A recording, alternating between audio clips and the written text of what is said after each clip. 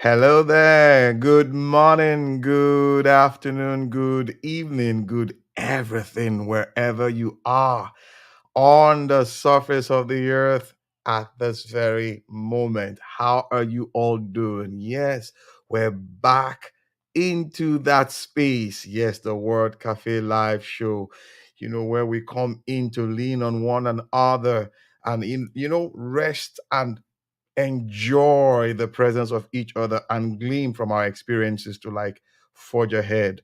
Yes, today I have something and someone very exciting. Yes, you're seeing it on the screen already.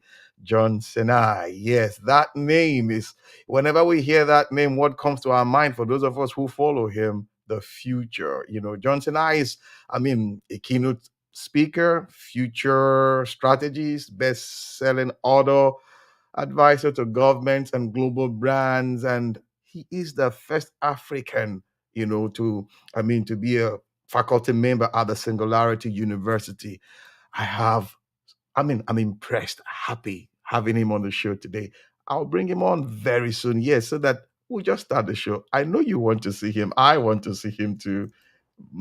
Yes. Hello. Hi, What's John. up? What's up? Hi, how are you? I'm good. How are you doing? I'm wonderful. Thank you. Feeling good. I'm in Thailand at the moment. The weather is Oh, beautiful. In fact, mhm. today Yep. is New Year's Day for Thai people, and it's the first time they are celebrating a New Year's Day in 3 years. So it's a huge celebration in Thailand. Right after this, I'm going to go join the celebrations. So all good here. Amazing.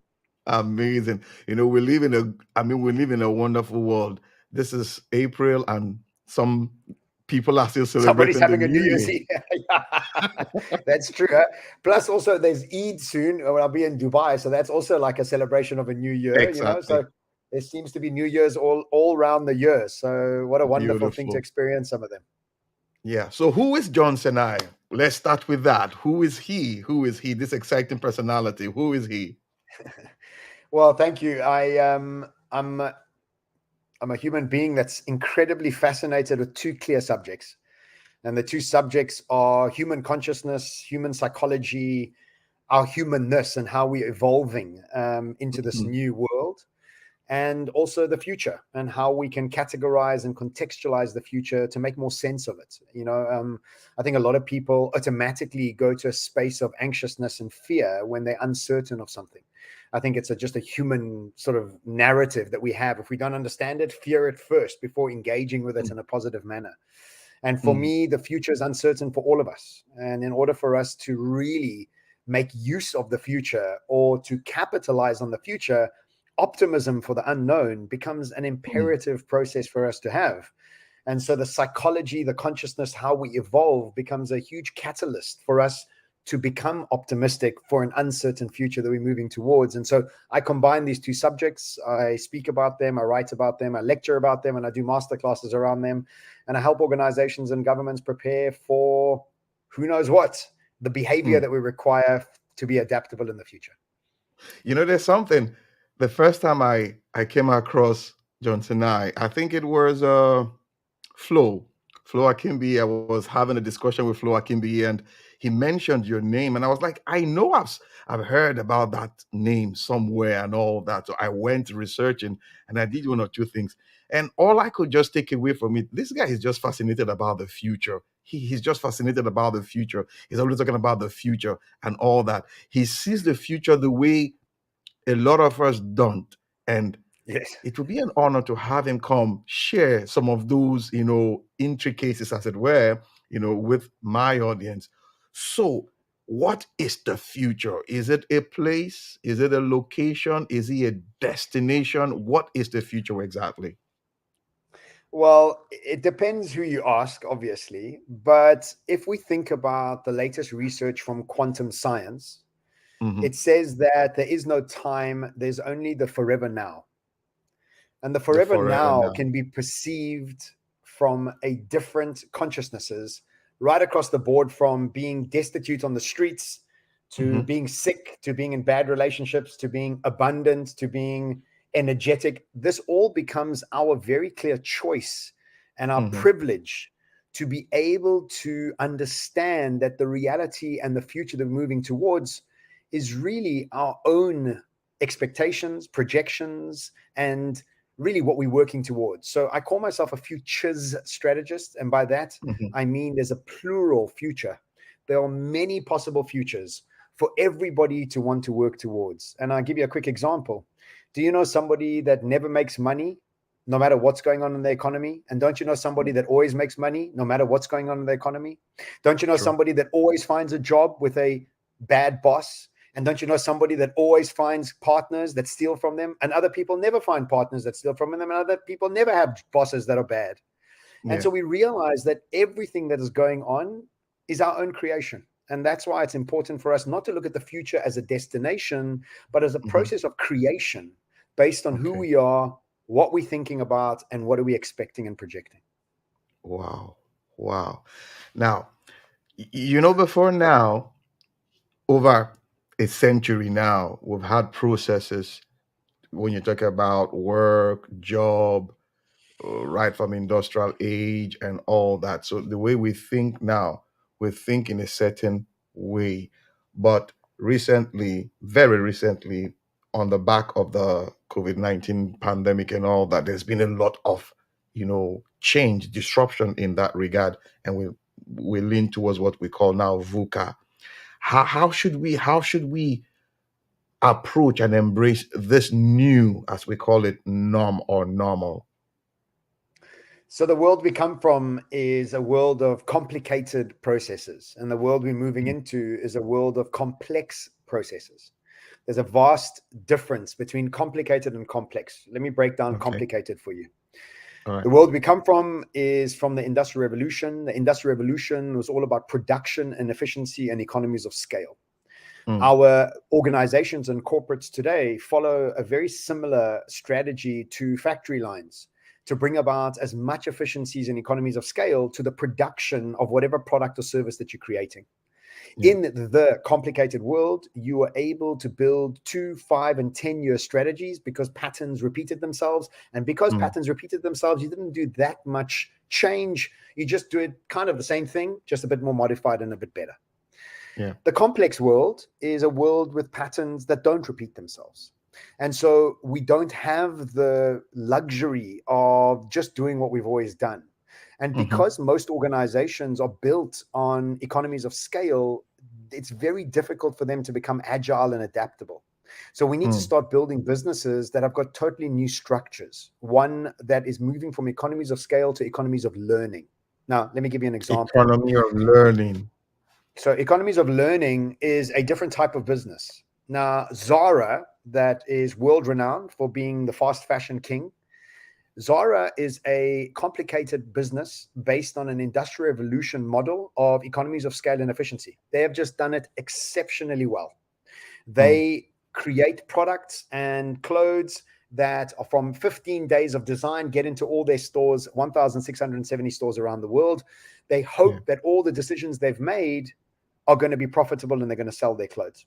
But many times you go into Zara and there's sales on, which means that a lot of the decisions they made weren't right. So there's wastage. And so they don't make the maximum profitability out of those economies of scale sort of products that they've created. But there was no other option before the internet and before data and before machine learning and AI. Welcome to 2022, where we have a business called Shein. Shein is a Mm, clothing brand from China that did $10 billion last year. And Shein is not even a clothing business. Shein is a data management business, a social yeah. media business. And so what Mm, Shein does is it has an outsourced process of manufacturing. It doesn't even mm, manufacture clothes itself. What Shein does, it scrapes the internet for pictures of clothing that has been liked and shared the most around the world, takes those pictures of those clothing, it makes 10 of them in 20 colors and puts them on their website. In fact, it mm, makes none. Everything's computer generated. mm. So now what it has on its website is 10,000 different clothes that you can choose from in every color and permeation and everything you can imagine. They don't make Whoa. one product until you place an order. The minute you place an order, the order goes to the outsourced manufacturing process, and that process makes you one garment per garment. And whatever Whoa. doesn't get ordered off the internet fades off, and the next day they do the same thing. And they keep loading up 10,000 styles. The ones that are selling well, they keep. The ones that aren't selling well, they throw away. So now what happens is that Shein is able to send you the clothing anywhere in the world for up to 70% cheaper than Zara. And they've got zero wastage. What does this mean? It means that they've built a business on economies of learning. They're learning what the customer wants before they produce anything. Zara is preempting what they think the customer will want, hoping the economies of scale and efficiency makes them profitable. See the difference? So more or less now, the winners are the learners, and the losers are those who just piggyback on economy of Yeah, scale. yeah, Wow. I mean, this is amazing. Now, you said something about intuition. yes, Our style has been that of sure, placing learning on IQ yes, scales and all that. And overhead, you say, we're getting away from that now. We are just looking now, at yeah, intuition. Can yes, you throw more light sure, on that? yeah, sure. Um, 500 years ago, as human beings, we were agricultural beings. The most Hmm. important thing we could have as an agricultural civilization was our bodies, our muscles, and our brawn. If we didn't have our bodies, we couldn't work 16 hours in the fields to feed ourselves and feed our families and to take something to the market to trade. 200 years ago, when the Industrial Revolution arrived, our bodies were replaced by factories. And these Mm, factory and production lines were much better than us, than our bodies. And so we couldn't compete body to body. We had to allow the machinery to do the body work. And we had to learn a new skill called IQ, left brain process driven thinking, or logical thinking, left brain, all over here. And so what mm, we did is we started going to school to learn left brain thinking. And for 200 years, we have all around the world learned left brain logical thinking. What has happened, unfortunately, is that the world now has a surplus of clever people with degrees. So now every Tom, Dick, Harry, and his dog has an MBA, this, a PhD, da, da, da, da, da, and it actually doesn't mean anything anymore, because what you've done actually is you've gone to go and educate yourself just like everybody else. And mm, so now that you're just like everybody else, now you're sitting in a problem, because now you're in the surplus society. And a surplus society has a surplus of similar people working for similar companies, making similar products for similar customers. And so mhm. it's like, this is boring. Everything's become commoditized. And when everything becomes similar, the pricing becomes lower on those things, and automation starts to take over. And so as we move into this new quantum world, we start to realize that AI, data, and blockchain will replace our intelligence. And it will Yeah. be doing it much better than we can do it, just like factories did it much better than our bodies could do it. So if you think about it, logic and just using Google Maps is already taken a bit of logic away from us. Spotify Yeah. chooses our music for us. That's taken a little bit more away from us. And slowly but surely, little bits of our lives will be taken away by decision making AI and data. And most people say, no, no, no, no, I'm scared of this. I don't want to have anything to do with this. But meanwhile, they're on Google creating more AI data. They, every time they type a word in their AI, they're already part of AI. And so we realize that the skill that's left over in a quantum world is our intuition, our uniqueness, and our genius. Mhm. And so our currency of the future is not about fitting in, it's about fitting out. Getting a degree, a PhD, and a doctorate is about fitting into a system. As we start to see the system around us collapse, we start to realize that our individual uniqueness, the renaissance of the human, is what's going to be next. And we are Mm, able to utilize blockchain, internet, data, cryptocurrencies, and all these things to create the basis, like an organization used to do, around one person. And we are seeing that the creator economy right now is worth $8 billion and is growing mm, exponentially. And what is the creator economy? Individual people that are using technology to sell product and services around the world, with maybe one or two people working with them and making more money than some CEOs with major organizations. So we realize that, what is intuition? And so this is the question, is like, how do I yeah. find my purpose, my why? Who am I? What am I doing here? And these questions, unfortunately, have not been asked before, because they were not necessary to have been asked. What used to be the question is, how am I going to make the most money? And Mhm. how am I going to look good in front of my friends, family, and everybody around me when I've got that doctor in front of my name? Those are the questions to answer. And look, nothing wrong with those questions, because they were the most important thing. But we also start to realize that those things aren't always your highest excitement, your passion, and really what makes you fascinated. And so when you start doing those jobs, you could be miserably unhappy. And so what's the point of being a doctor, having a PhD, being a CEO when you're hating it? Like you're just not even enjoying it. So what happens now is we start to ask new questions. So who am I? What am I doing here? What's my purpose? And so there's 4 ways that we can go about figuring out our intuition. The first way, and this is quite an emotional process, because what we do is intuition, we often call our gut feel. Like I get a Yeah. sixth sense of who I am or what decision I need to make. But a sixth sense can't always be trusted. And the reason for that is that our sixth sense is made up of traumatic memories. And our Mm-hmm. traumatic memories of father abandoning us, mother overwhelming us, having a bad relationship with men, having a bad relationship with women, having a bad, whatever the case may be, these traumatic relationships muddy our sixth sense. They muddy our gut feel. And so the first point for us to really get into intuition and find out who we are is we need to heal our pasts. We need to heal our trauma. Because once we do that, we release ourselves of old patterning, of Mm-hmm. old stories, of old expectations. The second thing we do when we start to make decisions from the heart, from curiosity, from excitement, and from fascination, we start to make decisions based on our curiosity, not Yeah. the box we need to fit in, but what we really love. Now, let me ask Yeah. you a question. Do you know anybody who's got the same curiosity as you? And the answer is no, and neither me. And if you find anybody doing what they truly, truly love, guess what? There's no competition, there's only collaboration. You can share openly because you're not competing. You're only Mm. competing and have sort of lawyers working on different things because now you're competing with the same market, with the same information. So you want to protect your information. When you have tapped into your curiosity truly, there's no competition because nobody thinks about the things like you do. So you can just collaborate.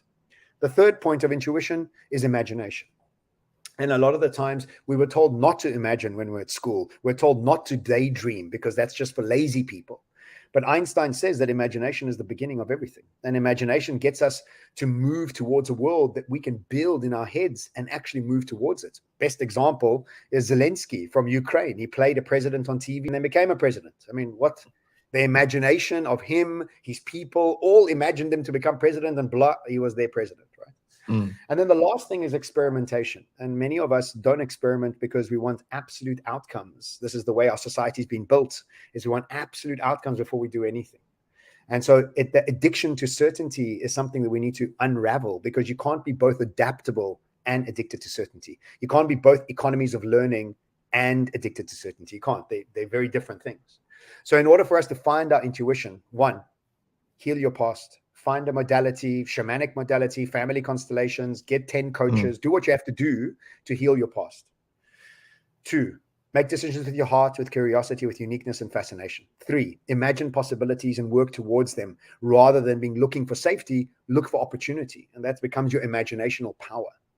And then fourthly, experiment with different things because you don't know what's going to work until you've experimented with it. And be okay with the fact that, yeah, it didn't work. I'll try this out. I connect this. I connect that. That doesn't work. And you keep moving through a process of being adaptable and experimental. So people say our company is agile. It's not. It's adaptable. It's not because you're working on economies of scale. You're not working on economies of learning. Let me tell you which is adaptable, which is Mm. agile, which is flexible. Mm. Shein. Mm. Shein can do whatever they want. They can, whatever the internet tells them to make, they'll make. That's adaptable. We close tomorrow, no costs. I'm done. I don't have to close. I can close my shop tomorrow at the $10 billion yesterday, and tomorrow I can close. Minimal cost to close. This becomes Amazing. the opportunity. You know, when you talk about what you love, you just lit up, you come alive, and you see that energy, just you're giving out that energy. Now, from what you have explained, do you think it would fit into our traditional way of learning, as in schools, curriculum, and all that? How do we get this across? I mean, to our children, embracing it and growing with it and into it. Well, we're in a transition right now between the old world and the new world, and the education is still teaching us old world. And nobody's being malicious. Just we don't know what's next. And so the Mm. old world told us what to study. The future won't require us to learn something. It will require us to learn how. And so Okay. the how is what we need to be teaching our kids and even ourselves. And what is the how? Follow your highest excitement, be adaptable, be curious, experiment along the way, express yourself, and expose yourself to as many different things, conversations, businesses, startups as possible to try and connect the invisible dots that make you most excited. Bring that together on a continuous process, experiment with it, and that leads you to become super unique and leads you to have the currency of the future. So whether you're a child or an adult, right Mm, now, the thing to do is to spend as much time in the future as possible. In other words, every morning, 10 minutes, listen to something about the future. So your brain can start looking at the future with an understanding of it. Make Thursday nights future evenings at home. Only speak about mm, the future. Watch something from Elon Musk. Have all your children discuss it. Discuss it with them. Make it part of their language. Expose your mm. children to as many different types of businesses as possible. Give them the opportunity to see the world through YouTube, through wherever it may be, so that they can start finding what is their unique signature. And so education is fine, but on the side of education, we need to start thinking about how do we expose them to new things, into new worlds, so that they're not just fitting into a process, but they're also starting to learn that there's so much more opportunity out there besides school. And I never say to anybody, take anybody out of school, because that's pointless. But the truth is, if you're not doing anything on the side, you could get stuck to be in the surplus society. And in the surplus society, everybody's doing the same things. And you don't want your kids or yourself to be part of that surplus society. Amazing. Guys, we have been discussing with Johnson and I the future's strategies. I mean, mind blowing. Everything he's been just unpacking here is mind blowing. You will agree with me, mind blowing. Okay, now we've been having this conversation around fossil fuel energy, renewable energy, and the future and all that. And somehow this conversation is so huge in the West and Europe. But when you look at Africa, we're not too much about it and all that. How do we go about this? Having it in context and going about it with, should I say, getting the desired results? Yeah, it's a really great question, because I think that often we watch news and we watch the media, and it's really only got to do with the Western world. It's got nothing to do with the East or Africa or South America. It's like almost those parts of the world are not part of it. And the reason is that all the media is owned by the West. So what they're only talking about themselves and their Mm, experiences, and as Africans and people, we sit on the side. mm, Look, I think just like Formula One, Formula One does the cutting edge of engines and braking and lighting, and then that filters down into cars, right? So I think it's exactly the same thing right now, is that Europe and America, who have the financial means to be able to think green, to evolve into a state of green energy and sort of those sort of resources, are experimenting with that process. I don't think they're getting it right yet. I think many places thought there would be a lot more efficient using green energy than they actually have been. I don't know if you know, but mm, China has been having rolling blackouts because they shut down certain power stations, hoping that their green electricity would have provided them enough, and it hasn't. So we are still in a process of learning all over the world. Nobody's really got it right yet. But I do think mhm, that we need to realize that digitization of a sector changes that sector. So, in other words, if you think about what happened to music, what happened to music? All of a sudden, you were buying records, tapes, records, CDs, and now you can listen to any music you want around the world for absolutely free. This yeah, was not conceivable when we were still buying records and CDs. We didn't even understand the ability to digitize music. yeah. So we take it for granted now that our music is now just everywhere. It's abundant, ubiquitous. The second thing that happened is communication became free. Again, we couldn't even fathom the idea that we could be paying so much per minute when cell phones Mhm, arrived, to now you and I talking from Thailand to Nigeria for free. I mean, it's a few cents this is costing, if anything, with Wi-Fi, right? So if we think about energy moving forward, it's the same thing, is that from our position and vantage point, we can't fathom how this is going to happen. But it mhm, is, just like music, just like entertainment, just like education, just like Netflix. I mean, for God's sake, Netflix, you can watch, you need 15 lifetimes to watch all the crap on Netflix, and it costs you $10 a month. I mean, mhm, where did that happen? And this doesn't even make sense. And that $10 will become $5 soon. I don't even watch Netflix. I watch YouTube, and YouTube is pretty much free, really. So if you think about how all of these sectors have become free without us even, like, it just happened and now we take it for granted. the next two sectors I imagine will start to evolve into this free scenario will be energy and transportation. And Mm, again, I don't know how it's going to happen. You and I can't even imagine how it's going to happen. But if I rewind, could you imagine that WhatsApp would have broken the teleco sector in the world? They broke it. mhm, WhatsApp on its own broke the telecom sector. And if we think about Instagram, broke Kodak in many ways. And so we have all these apps and things that just pop up, and all of a sudden we're like, oh my God, I can't even believe that's happening. So your question is valid, but from this vantage point, it's valid. But if we evolve ourselves 5, 10 years into the future, the validity of the question changes, because now all of a mm, sudden we're in a digitized energy world, we're in a digitized um, transportation world, and we can't imagine mm. what those will look like. Amazing. Whoa, thank you, Johnson. I know you have a lot. I mean, pretty busy. Thank you for this time you've taken to come into the World Cafe and share with us. Now, before I let you go, what is John up to? What are you doing right now? You have a Right project or something? now, yeah. Right now, I am. My new book comes out in June, so we're doing the final sort of preparation for the PR. I am redoing my brand. I redo my brand every year. I brought a new talk out for the metaverse. I'm doing a talk for the metaverse. I'm doing a talk for the future of leadership, the future of organizational structures, and the future of culture. So I'm building those Mhm, talks right now.